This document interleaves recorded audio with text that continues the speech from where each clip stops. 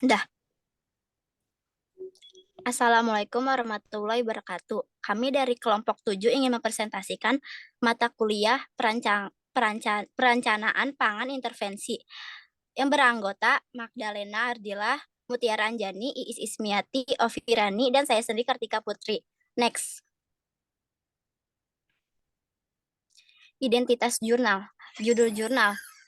Penanggulangan kasus gizi kurang dengan intervensi penyuluhan dan pengukuran antropometri di Desa Rugemuk, Kecamatan Pantai Labu. Nama jurnal, Sihatuna Jurnal Pengabdian Kesehatan Masyarakat. Volume dan halaman, volume 1, nomor 2, bulan Desember 2001, halaman 40-47.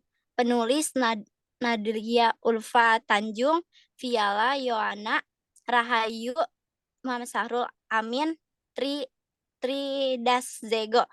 Dan reviewer ada Magdalena, Mutiara, Iis Ismiati, Oviriani, dan saya sendiri Kartika Putri. Tanggal 4 Maret 2023. Next. Latar belakang. Munculnya masalah gizi pada anak dipengaruhi oleh banyak faktor yang saling terkait, yaitu anak tidak cukup mendapat makanan bergizi seimbang pada usia balita. Anak tidak mendapatkan asuhan gizi yang memadai dan anak menderita penyakit infeksi. Identifikasi stunting dilakukan dengan membandingkan tinggi anak dengan standar tinggi anak pada populasi normal sesuai dengan usia dan jenis kelamin yang sama.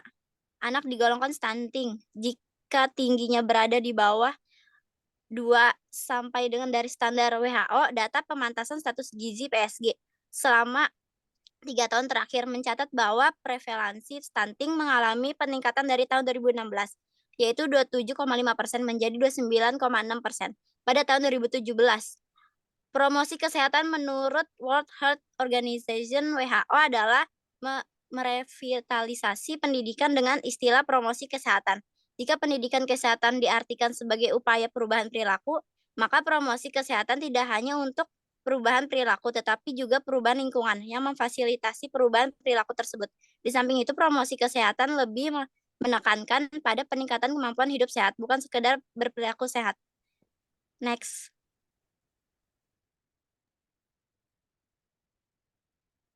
Selanjutnya ada metode. Yang pertama, metode yang digunakan dalam pengabdian masyarakat ini adalah penyuluhan kesehatan yang berisi 12% umum gizi seimbang atau PUGS, tips hidup sehat melalui nutrisi dan imunisasi yang menggunakan metode ceramah dengan media penyuluhan berupa poster dan dilaksanakan di dusun 1-4 Desa Rugemuk. Yang kedua, dalam melakukan pendataan dan pengukuran status gizi anak-anak di Desa Rugemuk, perlu dilakukan beberapa langkah, yaitu 1. Persiapan, 2. Pelaksanaan, 3. Kesimpulan pelaksanaan kegiatan pendataan, dan pengukuran tinggi badan dan berat badan. Next.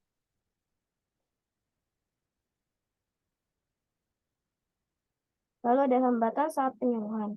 Hambatan yang ditemui pada saat pelaksanaan kegiatan adalah sasaran tidak fokus mendengarkan penyuluhan dan pengukuran antropometri, karena waktu yang dipilih saat itu sempit, bertepatan dengan jam pulang nelayan dari laut yang notabene-nya adalah suami para peserta, sehingga mereka tidak sabar menunggu kegiatan selesai dan berkeinginan untuk pulang secepatnya.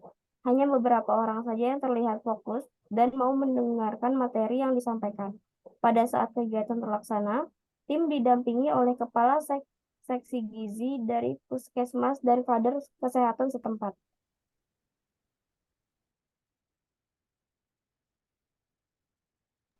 Selanjutnya terdapat hasil dan pembahasan. Berikut terdapat tabel rencana intervensi. Seperti pemilihan intervensi penyuluhan 12 PUGS, tips hidup sehat dengan nutrisi dan imunisasi dengan efektivitas sangat berpengaruh. Dananya tidak membutuhkan dana yang begitu besar. Untuk pengorganisasian mudah untuk dilakukan karena sasaran langsung pada masyarakat. Untuk dukungan masyarakat masyarakat bersedia melakukan dan mendukung berjalannya kegiatan. Lalu terdapat intervensi pendataan dan pengukuran tinggi badan dan berat badan. efektivitasnya masyarakat dapat langsung mengikuti pelaksanaan pendataan dan pengukuran status gizi, dananya tidak membutuhkan, lalu pengorganisasiannya mudah dilakukan, dan dukungan masyarakatnya sangat mendukung. Next. Berikut tabel kerja lanjutan intervensi akar masalah di Desa Pantai Labu tahun 2020. Dampaknya begitu besar dan kelangsungannya dapat berkelanjutan. Next.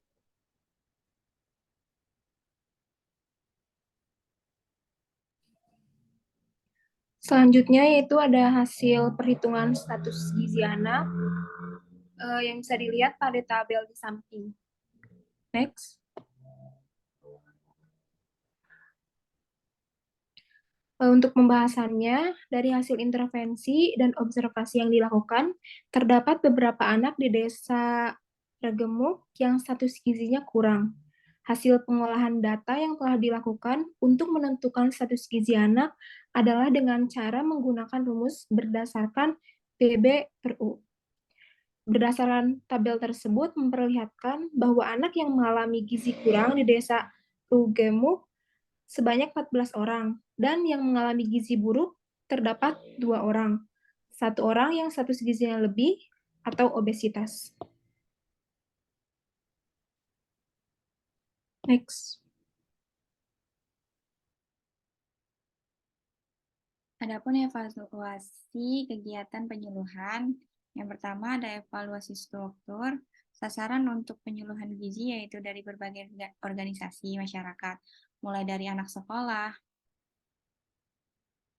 remaja masjid, dan posyandu. Pelaksanaan penyuluhan gizi dilakukan di Kelurahan Rugemuk yang dilaksanakan sesuai dengan planning of action yang telah direncanakan. Media yang digunakan saat penyuluhan adalah bahan penyuluhan yang sudah disiapkan dan difotokopi yang difasilitasi oleh mahasiswa.